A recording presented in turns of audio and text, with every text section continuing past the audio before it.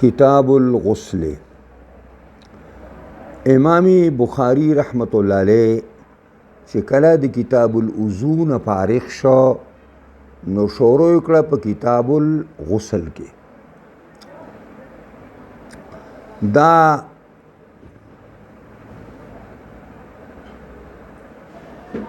غسل دا مصدر دی نو په معنا مصدری باندې استعمالیږي او غسل دغه لامبلو ته وایي. غسل چې کوم او غسل هغه اوبو د اوداسه ته وایي او غسل په کسرې د غین سره دا د دې اوبو سره چې نور څه سامان په دې غسل کې لګي لکه صابون شو، تولیه شوه او دارنګې چې کومه دی نو دغه دا مسواک شو، دې ته غسل ویلی کېږي. وقول الله تعالی او دا خبره چې غسل شته دی او واجب دی دا دې دپاره امام بخاری دو آیاتونه ذکر کړي دي. یو د سوره مائده آیات ذکر کړی دی او بل د سوره نساء آیات ذکر کړی دی. الله فرمایي وَإِن كُنتُمْ جُنُبًا فَطَهَّرُوا، کله که یی تاسو په حالت د جنابت کې نو پس ځان ښه پاک کئ. نو ځان ښه پاکولو معنا دا ده چې غسل وکئ. الی قوله او دا آیات به اولولوي او دې ځای ته بیا ورسئ چې لعلکم تشکرون. دا نعمتونه مې د دې دپاره درکړل چې تاسو د دې نعمتونو قدر وکئ. وقوله او دا قول د الله په دې دلیل دی یا ایها الذین آمنو، دا د سوره نساء آیات دی او دا آیات به اولولي عفوا غفورا، الله عفو کوونکی دی او غفورا معنی بخونکی د ګناهونو دی، ګناهونه بخي. دا لکه ترتیب داسې پکارو امام بخاری لا چې آیات د نساء مخکې ذکر کړی وی او د مائده آیات رستو ذکر کړی وی. د مائده آیات مخکې ذکر کا او د نساء رستو ذکر کا. د دې وجه دا ده چې دا آیات د مائده گویا کې دا مختصر دی او مجمل دی او دا آیات د نساء مفصل دی. د دې وجې نه دا هغه دقیقه ده او نکته ده چې دلته محدثینو ویلې ده.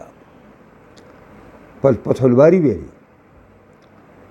باب الوضع قبل الغسل، باب الوضوء قبل الغسل. امام بخاری باب دی او دس کول مخکې د غسل نه، یعنی معنا دا ده چې سړی لامبي نو دې نه به مخکې غسل پکاري. حدثنا عبد الله بن يوسف قال أخبرنا مالك عن هشام عن أبيه عن عائشة زوج النبي صلى الله عليه وسلم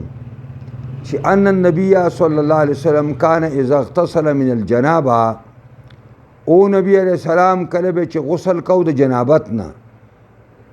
نو بدأ شروع به وکړه نو په غسل یدیه لاسونه به ووینځل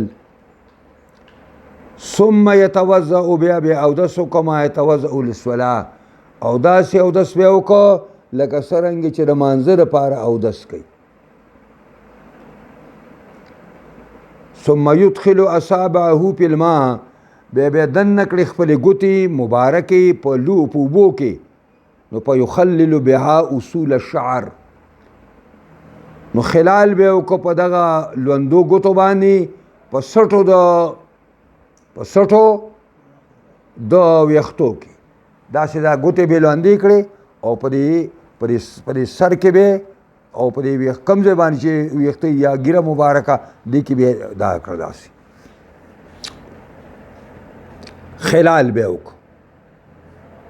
ثم يصب على رأسه 3 غرفن دغه چې کوم دی غرفن بيدي بیا راواړولي په خپل سر باندې 3 موټي په لاس باندې. غرفه چې کوم دی موټي ته وایي. غرف جمع ده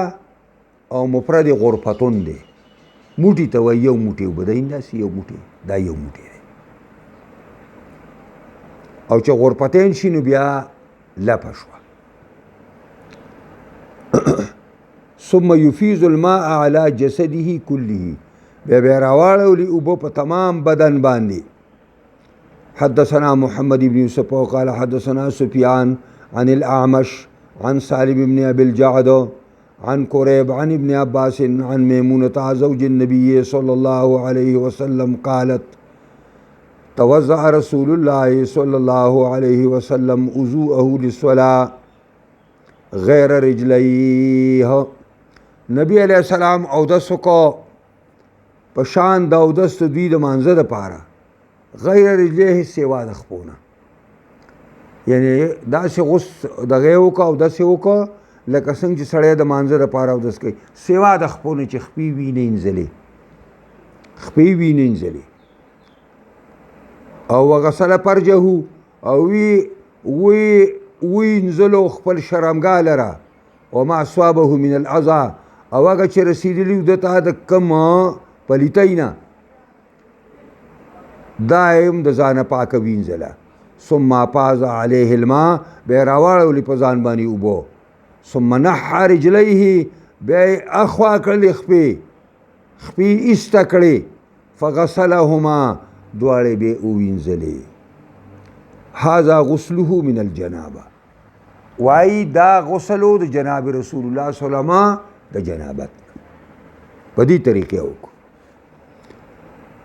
نو پر روایت د عائشہ ام المؤمنین کې دا سراله چې اودس وکړو په شان د اودس تمانځه په دې کې هم دا رااله چې وضوءه للصلاه خو غیر رجلیه. د دې وجې نه دا یو اختلافي مسله ده چې آیا د خپې به مخکې انځل پکاري چې کوم د جنابت دپاره ته اودس کې نو د خپې به ورسره ایسته مخکې وینځي او که نه د خپې به وروستو انځي. د دې وجې نه علماو د دې خبرې فیصله کړې ده که چېرته دغه ځای مستنقع الماء دی اوبه پکې جمع کېږي خټې پکې دي پلیتي پکې ده نو بیا به مخکې نه انځي مخکې به بیا نه انځي او که نه پرشو یا لوړ ځای دی ګټه را په کاڼي ولاړې نو بیا مخکې وینځه. باب غسل الرجل مع امرأته. امام بخاری باب دی په دې کې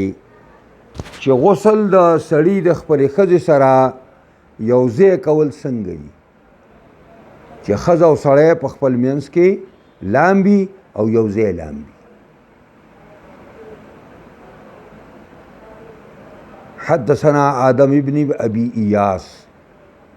امام بخاری وی ما ته زما استاد آدم ابن ابی ایاس بیان کړو. آدم وی حدثنا ابن ابي ذئب عن الزهري عن عروة عن عائشة قالت كنت أغتسل وأنا والنبي صلى الله عليه وسلم من إناء واحد من قدح. وي عائشة أم المؤمنين ومزا غسل بكو ماو نبي عليه السلام د یو لوخینا الوخه سو من قدح یعنی کاسوا غټ کندولو غټه کاسوا داغی نه مونږه اودس کو. یقال له الفرق چې هغه لوخي ته فرق وایي. فرق مشتره او فرق مشته په کسره په سکون درې سره او په فتحې درې سره او فرق هغه پیمانه ده چې پاغي کې 14 نیم سیری اوبه راځي 14 نیم سیری نو 14 نیم سیری چې کوم دی د دې نه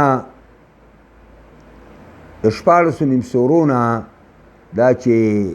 رایوځای کې 14 نیم سیري نو 8 سیرت اساس نو په 8 سیرو اوبو باندې سوا هم راغلی دی نو دا 2 کسان دي نو د هر یو دپاره یو سوا 2 سوا اوبه شوی دا په دې طریقه باندې اوس زنانه او نارینه غسل کوي نو غسل خو خامخا جامې به لرې کوي دي یو بل نه د ځان نه به جامې لرې کوي نو زنانه خاوند ښځې ته او ښځې خاوند ته کتی شي دا ممنوع نه ده پوهېږئ پرې باندې ښځه به د خاوند نه ځان څنګه پټ کړي او خاوند به د ښځې نه ځان څنګه پټ کړي پټېدو سوال نه پیدا کېږي د دې وجې نه دا مسله هم پکې محدثینو ذکر کړې ده چې یو بل ته کتلی شي دا بله خبره ده چې بې ضرورته اډو کتل نه دي پکار بې ضرورته اډو کتل نه دي پکار د ضرورت په بنا باندې سړی کتلی شي ځکه دا عایشې المؤمنین یو حدیث به راشي تاسو له چې ما د پیغمبر خدا نه څه نه لیدلي او هغه زما نه څه نه لیدلي دا خاص لیدل و بهرحال خو دلته چې د لامبلو مسله ده نو دا وایي چې یو لوښي ته به موږ ناستو او ما به نبي علیه الصلاة والسلام ته ویلې چې دع علي ما ته لږې پرېږده ما ته لږې پرېږده دا به هم په روایتو کې راشي ما ته لږې اوبه پرېږده ما ته پرېږده اوبه باب الغسل بالصواع ونحوه امام بخاری باب دی لامبل په یو دړی اوبو باندې یعنی په 8 صواعو باندې چې صواع منګه مخکې په هغې باندې خبره کړې ده چې صواع دا د امام شافعي رحمت الله علیه او د مدینې والو د مکې والو د دوی دا رای ده چې صواع 15 رتله دی 15 رتله او یو سلسل رتل دی دا لیکن د امام ابو حنیفه رحمت الله علیه او د ګڼو علماو او روایت په دې کې اومشته چې صواع دا 8 سیری دی نو 4 سیره دی نو دړی دی دا یې معنی د هغې په نیز باندې کم دی او دا ترمیزي کې به تاسو له راشي هغې یو مشهوره خبره ده چې قاضي ابو یوسف تلی و دغه ته مدینې منورې ته امام مالک صاحب پرې باندې بحث هم وکړو خو د 70 نه زیات ابناء الصحابه د خپل پلارانو مد پیمانه او صواع پیمانه راوړه او حضرت د امام ابو حنیفه مشر شاگرد قاضي ابو یوسف ته وخوادي او هغه 15 سیره او یو سلس هغه صواعونه نو چې قاضي ابو یوسف رجوع وکړل خپل استاد د قول نه د حجاز او د امام شافعي قول ته رجوع او د امام مالک قول ته رجوع خو ابن الحمام دا خبره لیکلې ده چې دا خبره ثابته نه ده دا ثابته نه ده ځکه چې امام محمد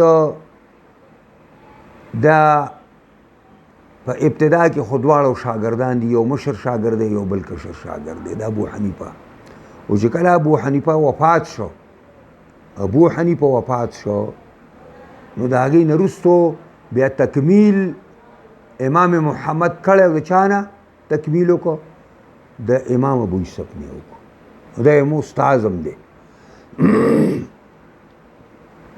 او امام محمد پر خپلو کتابونو کې دې خبرې التزام کړی چې کوم رجوعات ابو یوسف د مسلک د ابو حنیفه نه کړي نو ټول ذکر کړي دي او دا یې په کې ذکر کړی دا دی ثبوت دی چې دا خبر اسې فرضي ده پوهېږئ په دې باندې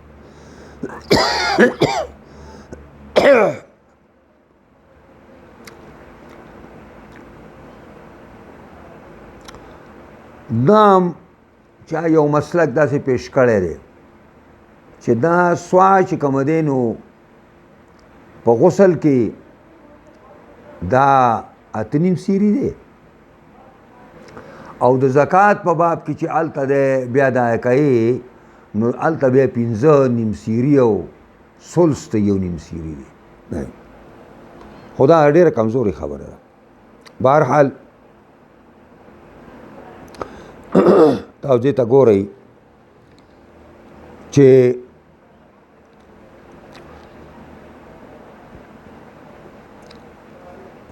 منګه دا ختم کړه غزه باب الغسل بالصواع ونحوه او دس کول په سوا یا داغي په مثل باندې سوا یا سوا غوندې بل لوخې دی او د سوا خبره تاسو ما تاسو دا شروع کړې وه چې سوا څومره دی نو ما ویل 2 رایې دي پکې حدثنا عبد الله بن محمد قال حدثنا عبد الصمد قال حدثنا شعبة قال حدثني أبو بكر بن حفص قال سمعت أبا سلمة واي أبو سلمة يقول دخلت أنا وأخو عائشة على عائشة وإذا دن شما زا اورور د عائشې په عائشه باندې د عائشې ام المؤمنین کره ورلو و یو زوما او یو ورورو د دې رور په باره کې دام دی چې د عبدالرحمن ابن ابي بکر دی دام چا ویلی دي دا د عائشې رور دی او دام پکې دا چې دا دی یو د مور د طرفه یو بل رورو او د مور د طرفه یو بل رورو مو او د دې رضاعي رونه هم شته دی نو دې کې یو ډېر لوی چیړ چلی چې دا کم یو دی دا کم رور دی خو بهرحال که رضاعي رورې دی او که د مور نه د مور شریک رورې دی او که پلار شریک رورې دی ټول محرمان دي زما مطلب دا دی ټول محرمان دي اوس دا چې کله دی رادن نشو او د عائشې ام المؤمنین خواته رالل نو فسأله اخوها عن غسل رسول الله صلی الله علیه وسلم نو رور یې تپوس وکړو د عائشې نه د غسل د رسول الله چې د نبی علیه السلام به څنګه غسل کوو نو په صحابو کې صحابیاتو کې عملی علمو هغې داسې نه ویل چې داسې اوبه راواړله دا چل یې وکړو دا چل وکړو ویل ما ته ګوره داسې لامبل پوهېږئ ویل ما ته ګوره فدعت عائشة بإناءنا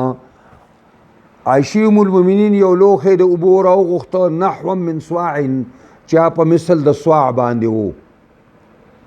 نو فاغتسلت غسل یې وکړه وافاظت على رأسها او راویړوله په خپل سر باندې اوبه وبیننا وبینها حجاب د ابو سلمه وایي زمونږه او د عایشې ام المؤمنین په منځ کې پرده وه نو یو خبر دا ده چې په منځ کې پرده ده نو څنګه دوی ولیده دا غسل یې څنګه ولیده دا خبره ده دویمه دا ده چې دا یو خیرور دی یا رضاعي رور دی یا اخیاپي رور دی یا علاتی رور دی دا خو محرم دی نو دا ابو سلمه چې پکې دی نو دا ابو سلمه چې دی دا د دې خورئې کېږي د عایشې ام المؤمنین دا هم محرم دی د سره هم نکاح نه کېږي ابدي طور باندې نو د دې دواړو په مخ کې داسې اودس وکړو چې پرده یې ولګوله او په دې پرده کې ودرېده او دا سر یې ښکارېده او د بدن دا پورته حصې ښکاره کېدله کومه چې د محرم نه د پټولو نه ده د محرم نه د پټولو نه ده چې د محرم نه د زنانه کم ځای به پټې هغه ځایونه علاوه عایشې ام المؤمنین ورته د غسل چل وښوده او چل یې هم په دغه ځای کې دی پوهېږئ په دې باندې د دې وجې نه منکرین حدیث دا قسم احادیث راځلي او په دې باندې اعتراضونه کوي د دې وجې نه چې حدیث نه منو حدیثو کې دا قسم خبرې هم راغلي دي او دا ظلم چې منکرین حدیث ته حدیث زده کوي نو دا ظلم چې کوم دی اهل حدیث ته فقه سره کوي چې په فقه کې داسې باریک مسائل چیړ شوي دي نو هغوی وایي چې دا فقه د منلو ذکر نه چې دی کې څه باریک ټکي شوي پوهېږئ په دې باندې بهرحال هغوی هم زیاتې کوي او دوی هم زیاتې کوي منکرین حدیث کو پرېږده خو د پاڼې نه وتی خلک دی نو ځکه وایي نو دا طریقه د غسل عائشة ام المؤمنین رضی اللہ تعالیٰ عنہ خدا قال ابو عبداللہ وائی امام بخاری وقال یزید بن ہارون وبحث والجدی عن شعبتا دا الجدی دا منصوب بسوی جدد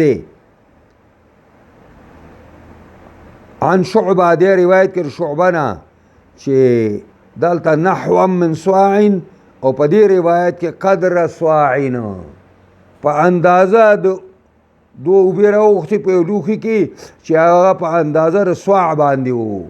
یعنې د دړو اوبو په اندازه باندې و حدثنا عبد الله بن محمد قال حدثنا احياء بن ادم قال حدثنا زهير عن ابي اسحاق قال حدثنا ابو جعفر کہ انه کان عند جابر بن عبداللہ او دا ابو جعفر او پنځ د جابر زوی د عبدالله باندې هو و ابوه دمو د پلارمو وعنده قوم او د جابر رضی الله عنه یو قوم ناسته فسالوا عن الغسل نو د پیغمبر خدا د غسل تپوسې ته وکړه فقال يكفيك صاع نبی علیہ السلام ورته ویلي دا جابر ورته ویلي چې کافی دی ستا د پاره چې کوم دی صاع یوګې قال رجل ما یکفینی یو ماله کار نه کوي زما دونه غټ ویښته دي ږیره به م ډېره زیاته غټه ده او سر به م ډېر زیات غټ دی نو زما په یو صاع باندې کار چرته کېږي فقال جابر کان یکفی من هو اوفا منک شعره دا یو اوږې کافي شوی او د هغه انسان د پاره چې هغه ډیر زیات ویښتو والا استانه چې هغه حضرت محمد مصطفی صلی الله علیه وسلم یعنی د نبی علیه السلام لپاره کافي کیږي او ستا لپاره نه کافي کیږي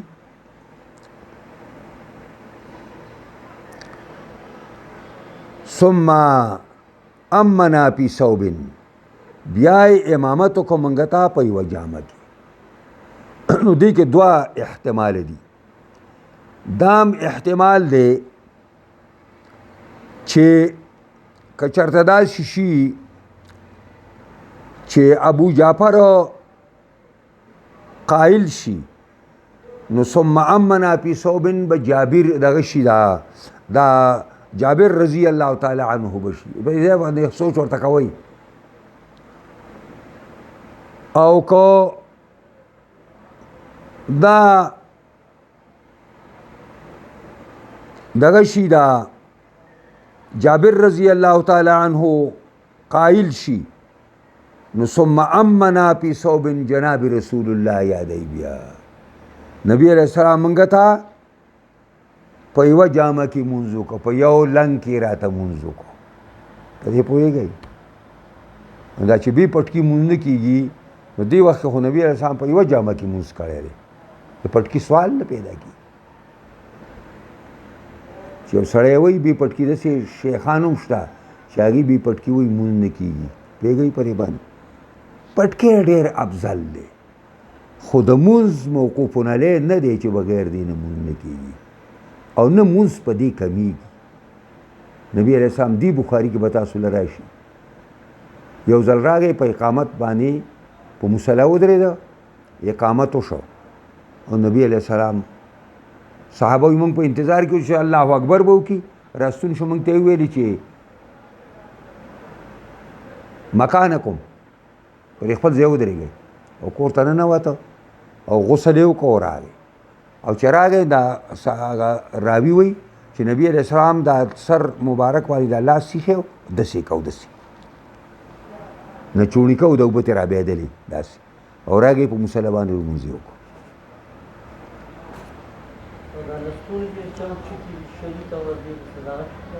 شرعي خو دغه نشته، خو هسې مناسب نه دي دا. حدثنا ابو نعيم قال حدثنا ابن عيينة عن عمرو عن جابر بن زيد عن ابن عباس أن النبي صلى الله عليه وسلم وميمونة كانا يغتسلان من إناء واحد. ويقول نبي عليه السلام زما ترور ميمونة زوج النبي غسل کو بدوارو د یو لوښي. قال ابو عبد الله واي امام بخاري كان ابن عيينة يقول ویل با ابن عيينة يقول ویل به چې مانا آخرا په آخر کې به دا خبره کوله عن ابن عباس عن میمونة او صحیح سره ما روی ابو نعیم، اگر روایت چې کوم ابو نعیم نقل کړی دی، یعنی معنا دا ده چې دا حدیث د مسانید د عبدالله زوی د عباس نه دی، دا د میمونې د مسانیدونه نه دی. دا ایمانه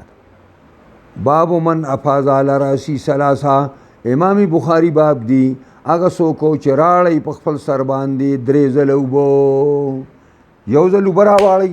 بیا اوبه راواړئ، بیا اوبه راواړئ. حدثنا ابو نعيم قال حدثنا زهير عن ابي اسحاق قال حدثني سليمان بن سورد قال حدثني الحمد لله جبير بن مطعم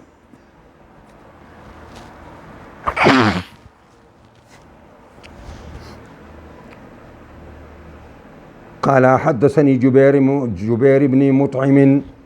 قال رسول الله صلى الله عليه وسلم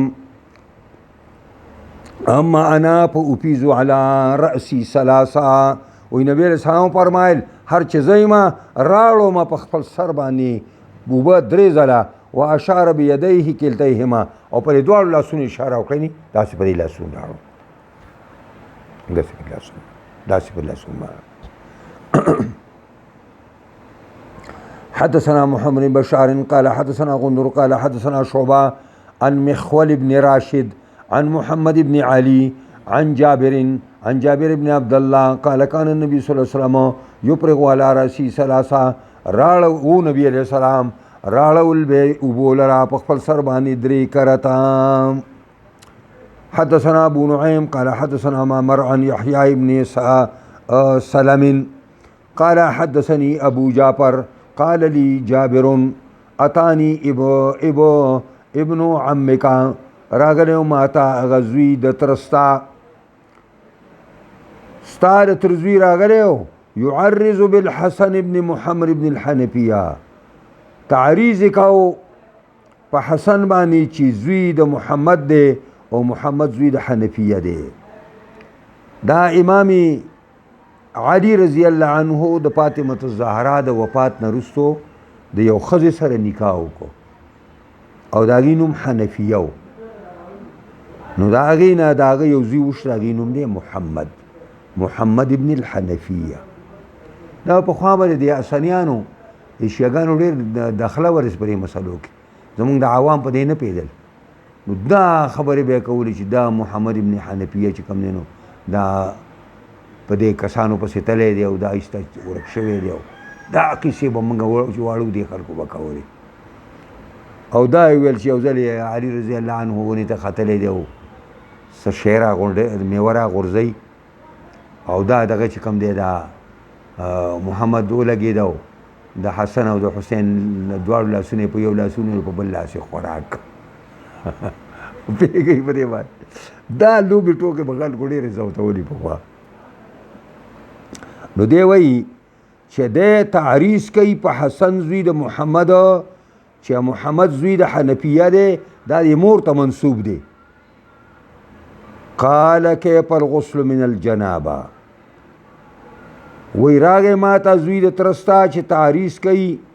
په حسن ابن محمد الحنفیه باندې نو قاله یعنې هغه ته خبره اورئ هغه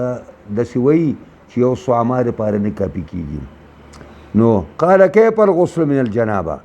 قلت ما ورته ویل چې کان النبي صلی الله علیه وسلم یاخذ ثلاثه اکفن راګسته به درې ورغوي نو په یفیزها علی رأسي په سر به یې راواړولو په سر به یې راړول داسې ثم یفیز علی سایر جسده بیا به ټول بدن باندې اوبه راواړولې فقال للحسن وی حسن ما ته وویلې د محمد زوی دی چې انی رجل کثیر الشعر دا هغه تعریض دی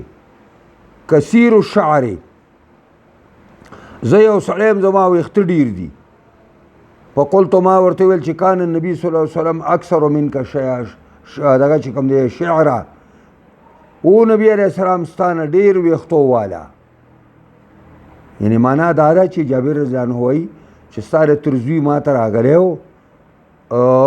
نو هغه راته دا خبره کوله چې ما دپاره یو سوع اوبه نه کافي کېږي ځکه زما ویښته ډېر دي نو ما ورته وویلې چې ستانه هغه انسان چې د ویښتو په لحاظ سره ستانه ډېر زیات و جناب رسول الله هغه دپاره کافي و ستا دپاره څنګه کافي کېږي باب الغسل مره واحد امام بخاری باب دی په دې کې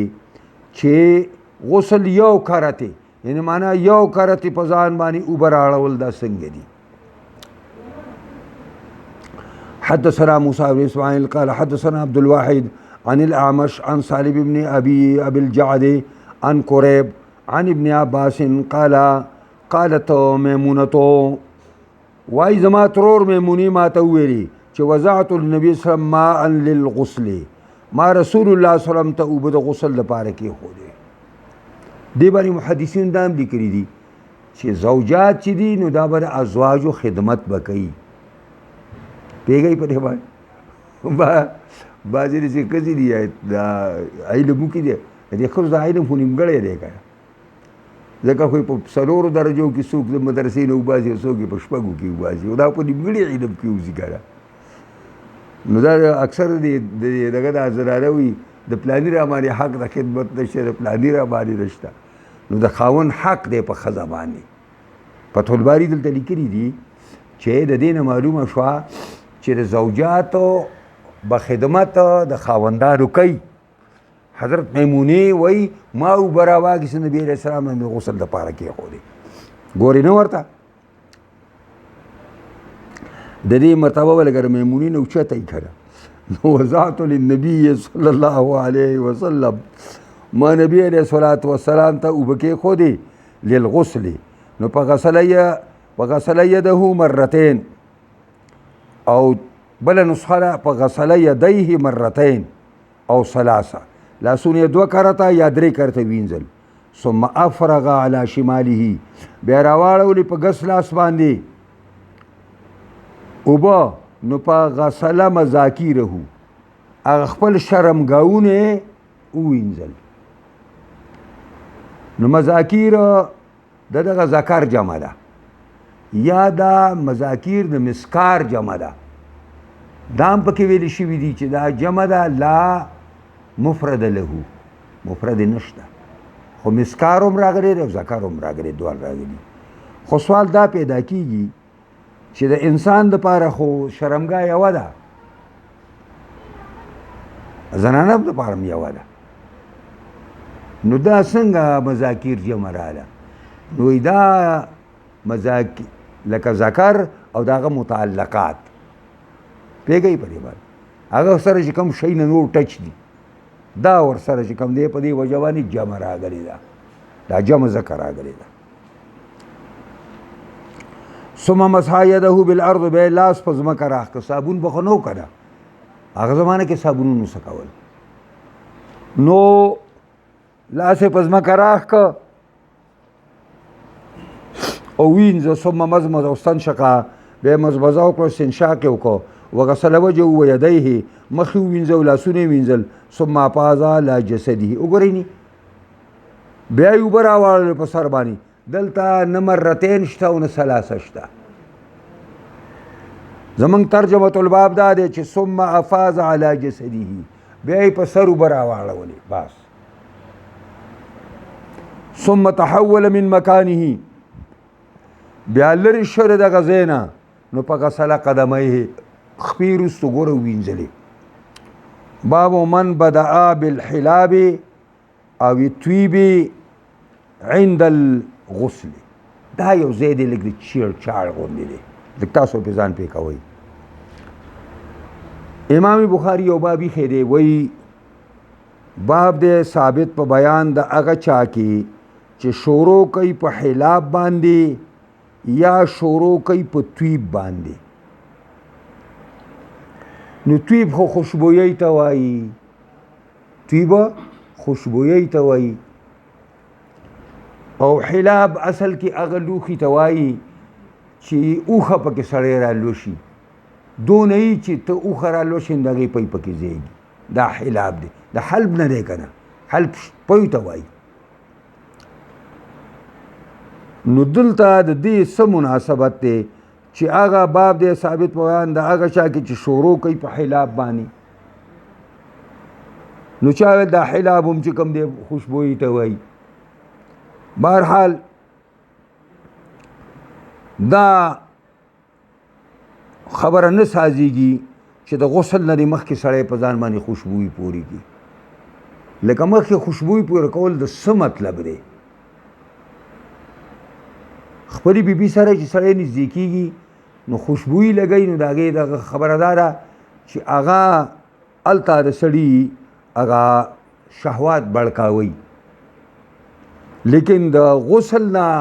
مخکې په ځان باندې خوشبویي پورې کول څه معنا ده ته اوس ځان باندې خوشبویي ورکړې او پاسه پې اوبه راواړې نو دا خو څه معنا نه لري که نه نو دا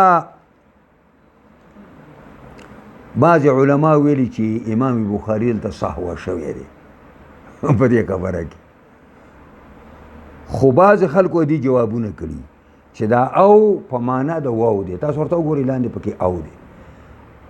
دا او په معنا د واو دی او واو راځي د مطلق جمع لپاره ترتیب نه غواړي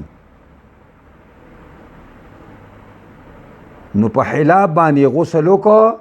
او د هغې نه وروستو یې بیا خوشبویي پورې کړه ټیک شي که نه پوهېږئ په دې باندې نبی علیه الصلاة والسلام شروع په حلاب وکړه یعنی په دون لوښي باندې چې پای کې اوښه لوشلی کېږي دونه لوښي ورسره دون لوښي یې د اوبو ورسو په هغې شروع وکړه او ویلامبلې او بیا یې چې کوم دی خوشبویي پورې کړله پوهېږئ په دې خبره باندې دا معنا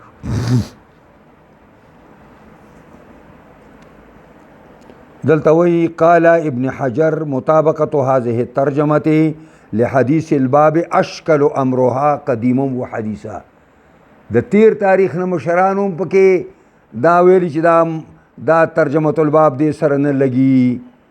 او اوس هم ابن حجر خپل وخت زمونږ په وخت کې هم خلک وایي چې دا مناسبت مشکل دی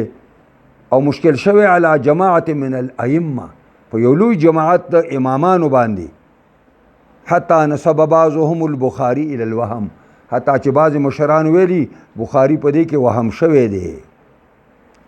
وفي الخير الجاري الحلاب بكسر المهملة وخفة اللام حلاب اناء يسعوب فيه حلبة ناقة د اوخي یوزل رالوشل پکې راځي او چا ویلي وقوله او الطيب قال قسطلاني عقد الباب لأحد الأمرين امام بخاري دا باب اتاړه د یو د دوو کارونو دپاره. نو په وفا به ذکر احدهما هغه یوې ذکر کو چې هغه حلاب و چې په حلاب یې اودس وکړو وکأنه اراد بذلک التنبیه او ګویا که داسې چې دی په دې خبرداری ورکوي چې علی انه لا تطیب قبل الاغتسال په دې خبرداری ورکوي چې ځان خوشبویه کول مخکې د اغتسال نه څه معنا نه لري بل الماء یکفي فی ذلک اوبه کافي کیږي وليس استعمال الطيب قبل الاغتسال مثل استعماله قبل الجماع للنشاط. ما دا خبره تاسو ته وکړه چې مخکې څو خوشبویي نه لګوي د غسل نه لکه څنګه چې د جماع نه وروستو خلک د مخکې خلک لګوي نشاط دپاره. دا وشو. حدثنا محمد بن المثنى قال حدثنا ابو عاصم عن حنزلة عن القاسم عن عائشة قالت كان النبي صلى الله عليه وسلم اذا اغتسل من الجنابة کله به چې اودس غسل کاو د جنابت نه دعا بشيء نحو الحلاب نو راو به غوښته یو شی په مثل د حلاب باندې فاخذ بکفه نو یې په خپل لاس ورغی کې ونیو فبدأ بشق رأسه الأيمن نو شروع به وکړه په طرف د سرخي ثم الأيسر بهګس فقال بهما على وسط رأسه او به داسې اشاره وکړه چې د اوبو به راواږي په سر به داسې راواچول. دا تاسو په دې باندې پوه شوئ. نو ان شاء الله العزیز باب المضمضة والاستنشاق فی الجنابة نه به سبا له سبق ووایو.